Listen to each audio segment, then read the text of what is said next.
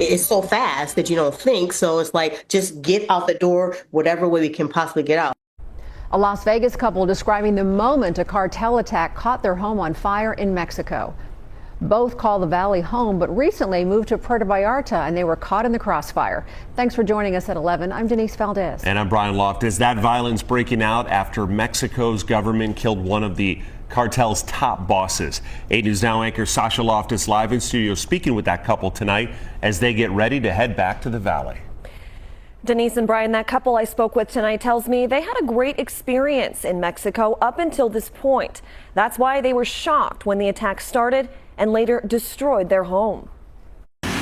It's just like a movie. For me, it happened so fast. Yeah. Horrifying moments you'd have to see to believe. There's a lot of spots on fire, like literally there's all over the city at the same time. Jimmy and Rosemarie Hilton recalling this chaos erupting in Mexico. This is one of the barricade roadblocks they did in burning one of the vehicles here. The couple is from Las Vegas, but they've been living and working in Puerto Vallarta for the past 3 years. And this week, everything changed when the Mexican government killed cartel leader El Mencho, sparking retaliatory violence across the country and right on their street. So I looked over and I saw guys dressed in black, and then all of a sudden I saw this smoke coming up. So they must have threw cocktail bomb, whatever, inside the store downstairs. That store downstairs quickly went up in flames and spread to their apartment above. It's so fast that you don't think. So it's like, just get out the door, whatever way we can possibly get out. They escaped and hid at a nearby restaurant for hours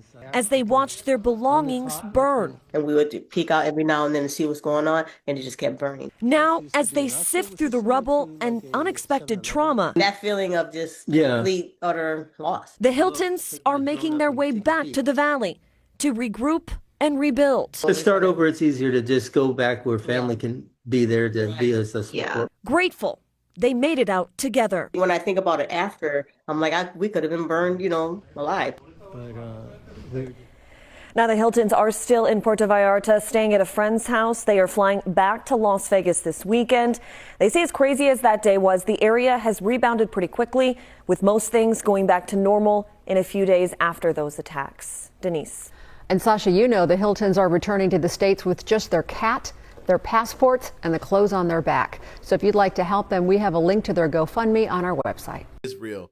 Check it out. Check it out. I'm not even pulling off. The situation in Mexico just keeps getting worse and worse as the days go on. So if you don't know what I'm talking about, 23 inmates have now escaped a prison in Puerto Vallarta. You might be thinking, how the fuck did this happen? Because armed gunmen in a van rammed one of the gates, and that's how they broke out. So now, not only do y'all have to worry about everything being set on fire, being shot at, you can't leave the country, they're telling you to shelter in place, and now you gotta deal with fucking escaped prisoners? And the crazy part is they don't even know what prisoners escaped. So yeah, everybody that's in those surrounding areas that were claiming they're fine, this shit's fixing to get very, very wicked for you.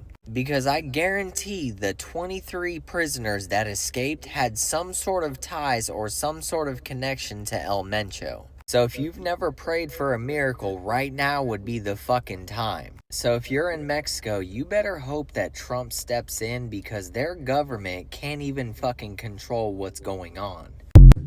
We have an official update on the prison break in Puerto Vallarta that happened yesterday in the middle of the attacks by organized crime. 23 prisoners were able to flee. According to Noticias Puerto Vallarta, it's reported by authorities from the Department of Security that there was a large van that wrecked into the prison with armed people, and there was one custodian that was killed, and 23 people were able to run out of the prison. There's been no information on who those 23 individuals were, what type of crimes they were serving time for, just simply... Yeah, they got prison breaks and don't even know who left the prison, bro. Insane. Did they shoot up everybody in the prison that will probably have the records? Do they have a computer to actually keep up with it? I don't know. Are the documents burnt? Did they burn the documents? Do they even care? I personally don't believe they care, because The president's already in the pocket of the cartels. They already work together. I think these guys just got early parole. Honestly, that's what I think. Oh no! It's just early parole. That's it. They were probably going to be getting out pretty soon, and they got out a little bit earlier because none of this shit makes sense. None of it makes sense at all. And how do you have a prison in a high tourist location anyway? Is that even acceptable? I mean, some of y'all run over to Mexico. Do you think some of that through? Do you think it through? Because I see some of y'all still want to go. And by all means, listen, my mom used to tell me, my grandma told me, if you can't hear, you're honestly going to feel. That's just the way it is. Okay? So I don't know what's going on here. You got to make it make sense. They're back in society. There hasn't been any type of they're actively searching for these people. I think the majority of resources currently are going towards, freeing up local streets so that we can return back to normal and try to get, the economy going, or, just normal life resumed. But that's as much as we've gotten. But we at least received an official update from officials that there were 23 people that broke out of the prison yesterday, and it was done so simultaneously in the middle of the attacks where an armed van with multiple people wrecked into the prison walls and 23 people fled. Ooh. And the State Department are absolutely on it. We hear from Americans directly who are in Mexico, because the State Department immediately set up 24/7 phone lines, and they're taking hundreds of calls a day, providing Americans on the ground with travel support and advice. The State Department also has issued new travel advisories, and they'll continue to update those as the situation progresses. So we encourage all Americans in Mexico to, of course, adhere to the guidance provided by the State Department. Right now, we are unaware of any reports of any Americans being hurt, kidnapped, or killed, and the Mexican drug cartels know not to lay a finger on a single American, or they will pay severe consequences under this president. And they already are. This operation, which was carried out successfully by the Mexican authorities, was, of course, supported by the United States, would not have happened without the leadership of President Trump. He has made it a day one priority to target and go after these vicious drug cartels that have shipped deadly poison to our country for far too long. He signed an executive order to rightfully designate them as foreign terrorist organizations. We've seen the president take unilateral lethal action against drug boats sailing through the Caribbean. And my question is, why is it that we have to wait till Donald Trump to actually say that these drug cartels are actually terrorist organizations? Isn't that weird that it took this long for a president to actually notice what's happening south of the border and actually put laws in place, or put what's happening down there, the people that are doing it, into a category that they should have been in for a long time, which is terrorist? Because it doesn't matter. And I was talking to a guy that's Mexican, and he's here and he's a citizen, and he was telling me on how twisted it is, because they make these rap songs down there and they glorify being cartel, just like rappers here make these rap songs up here glorify being gangsters. The difference is, homie, very rarely do we have a rapper who is truly a gangster. The gangsters are cartel members, and they hire the rappers, or they hire the singers to make the songs for them. If this doesn't make you scratch your head and really open your eyes and say, damn, a brainwash of a country through music, money, intimidation, fear. Why did Trump have to be the one to recognize and say, hey, these guys are terrorists?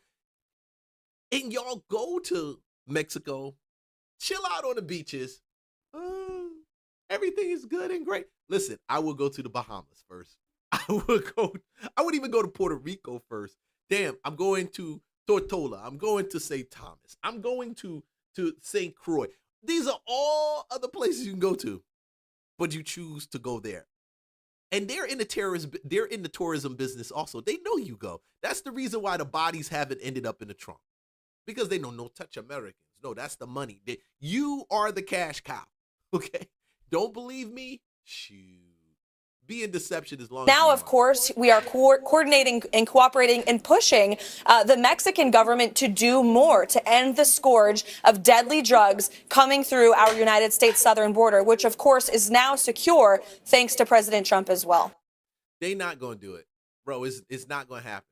They securing the border, and it's going to stay secured up until when Trump is actually out of office. I don't know how long it's going to last. They still getting it in. You haven't heard anything about drug cartels coming going out with no money. You haven't heard any of that stuff. You haven't heard none of that. Because somebody else just took the place of this guy that got killed already. I was listening to a report, and I was told it looks like that the person who took place, they were born in Southern California, Mexican. This is real. This is real, y'all. What's up, guys? Listen, we are safe. I'm not posting this until we're actually out of here. We're being extracted out of Puerto Vallarta. We have armed vehicles, armed guards. It's been kind of a shit show. And yes, it's a lot worse than what's been on the news. It's been pretty crazy, but... Stop telling me that it's not as bad as we think. Some of y'all be like, oh, this is media. No, it is as bad as we think, probably even more, okay? We're able to get armed guards. We're literally taking a convoy now to the jet. These are 100% armored and actually people with weapons. We're gonna be getting out of here really soon. I won't be posting this until we're actually out, but just so you guys know, we are safe. Finally getting home, and it has been an absolute shit show here in Puerto Vallarta. It is, it's much worse than what the news is showing. Come on. Stop telling me these lies that is not as good. That is just the news. Bro, we out here trying to get back to the airport, bro, and this shit is getting scary as hell. Like, look outside, bro. Like, bro, look outside, bro. Empty. Wow. Like, bro, this shit is overly scary, bro. Overly scary. Hopefully we can make it home, bro. Yeah, hopefully y'all guys made it home, man. Shoot, because that's scary. Passengers, Shadow River Amelia. We're heading. Shadow River Amelia. Keep it on this area. We have your... A little juice in the water. Come on, guys. Come on. We're heading home, but it's packed. I'm assuming it's because everybody's trying to get home. So it's wild. Look at that.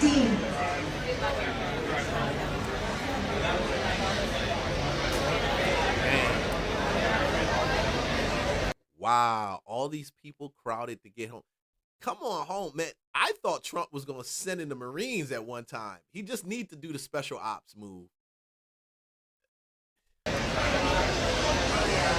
It's pretty wild, but we're finally heading home. So we'll keep you guys updated. Oh, no. Hell no. Come on, bro. Don't listen. Hey, like, subscribe, follow for more content. Oh, my goodness. Shoot.